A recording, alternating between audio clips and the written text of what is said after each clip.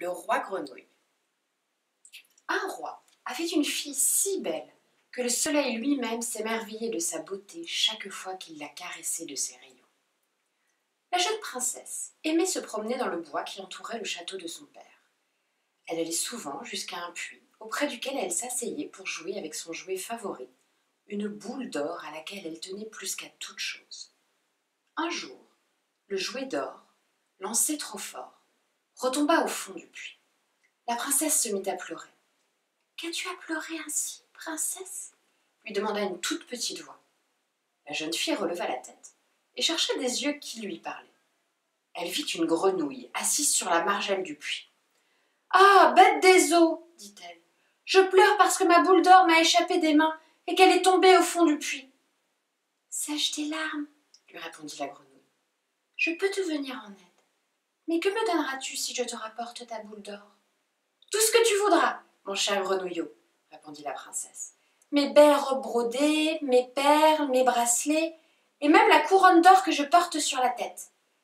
Je n'ai que faire de tes robes brodées, de tes perles, de tes bracelets, et même de ta couronne d'or. Ce que je veux, c'est devenir ton petit compagnon, ton camarade de jeu. Épouse-moi, je partagerai tes repas, je mangerai dans ton assiette, je boirai dans ton gobelet, et la nuit, je dormirai près de toi dans ton lit. Si tu me promets de m'accorder tout cela, je plonge à la recherche de ta boule d'or. »« Oui, oui !» s'écria la princesse. « Je te promets tout ce que tu voudras, si tu me rapportes ma boule d'or. » La jeune fille pensait. « Je ne risque pas grand-chose. Une grenouille ne peut vivre qu'au milieu de ses semblables, au bord de l'eau. » La grenouille, fidèle à sa promesse, avait nagé jusqu'au fond du puits, saisit la boule et regagnait la surface. Elle sauta sur la margelle et vint déposer le jouet aux pieds de la jeune fille. Toute heureuse de retrouver sa boule d'or, la princesse la ramassa, se leva et partit en courant. « Attends-moi » cria la grenouille. « Emporte-moi, je ne peux pas courir aussi vite que toi. » Mais la pauvre grenouille coassait en vain. La princesse était déjà loin et ne pensait plus à la petite bête qui retourna tristement près du puits. Le lendemain soir, tandis que toute la compagnie était à table au palais et que la princesse goûtait au mets délicat qui emplissait son assiette de vermeil, quelque chose grimpa péniblement l'escalier de marbre avec un bruit étrange. Splitch, splotch. Et ce quelque chose frappa à la porte de la salle à manger en disant « Princesse, jeune princesse, ouvre-moi !» La princesse ouvrit la porte. Quel ne fut pas son étonnement en reconnaissant la grenouille du puits. La jeune fille referma précipitamment la porte et regagna sa place en tremblant de tous ses membres. Le roi s'aperçut de son trouble et lui demanda « Que t'arrive-t-il, mon enfant? Un géant est-il derrière la porte? Vient-il te chercher ?»« Oh non !» répondit la princesse. « Ce n'est pas un géant, ce n'est qu'une affreuse grenouille. »« Que te veut donc cette bête ?»« Hélas, mon père !» s'écria la princesse en éclatant en sanglots. « Hier, en jouant près du puits, j'ai perdu ma boule d'or qui a roulé dans l'eau.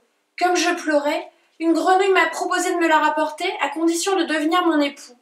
J'ai accepté parce que je ne pensais pas que ce soit possible, et la grenouille m'a rendu ma boule d'or. Et maintenant, elle est là, à la porte, qui demande à entrer. » À ce moment-là, on entendit de nouveau la grenouille frapper et appeler. « Princesse, jeune princesse, ouvre-moi !»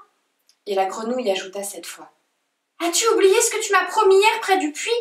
Princesse, ouvre-moi !»« Si tu as promis, tu dois tenir ta promesse, ma fille, » dit le roi. « Ouvre-lui. » La princesse dut obéir, et la grenouille entra en sautillant dans la salle. Elle avança jusqu'à la chaise de la jeune fille. « Prends-moi dans tes mains, » dit alors la grenouille, « et pose-moi tout à côté de toi sur ta chaise. » La jeune fille hésitait, mais le roi la força à obéir. Lorsque la grenouille fut sur la chaise, elle voulut monter sur la table, et lorsqu'elle fut sur la table, elle voulut que la princesse approche d'elle son assiette de vermeil et partage ce repas avec elle. La princesse, dégoûtée, obéit de mauvaise grâce, et, tandis que la grenouille mangeait d'excellent appétit, la jeune fille parvenait difficilement à avaler quelque chose. « Ouf, je n'ai plus faim, » dit la grenouille au bout d'un moment. « Je suis fatiguée. Emporte-moi dans ta chambre et mets-moi dans ton lit afin que nous puissions dormir ensemble. » La fille du roi se mit à pleurer. Elle n'osait toucher cette bête visqueuse et l'idée de partager sa couche avec elle la pénétrait de dégoût. Voyant cela, le roi entra dans une grande colère. « Tu ne dois pas mépriser celui que tu as été bien aise de trouver quand tu étais dans la peine, dit-il. Obéis donc !» La princesse dut surmonter sa répugnance. Elle prit la grenouille du bout des doigts, l'emporta dans sa chambre, la jeta dans un coin et se coucha. Mais la grenouille s'approcha du lit en sautillant et dit « Je suis fatiguée, moi aussi, princesse. Je veux me coucher. Fais-moi place, sinon je me plaindrai au roi ton père. » La princesse, courroucée, saisit la grenouille et la lança de toutes ses forces contre le mur en criant avec fureur « Te voilà satisfaite à présent, sale bête !» À peine la grenouille eut-elle heurté le mur qu'un beau prince apparut. Il conta à la princesse comment une méchante fée l'avait ensorcelé, de telle sorte que seule une fille de roi pouvait le délivrer en acceptant de l'épouser sous sa forme de grenouille. La princesse, charmée par les propos que lui tenait le prince, et par la manière si tendre dont il la regardait, fut bien aise à l'idée de devenir sa femme. Tous deux allèrent trouver le roi, qui fit célébrer les noces à l'instant même.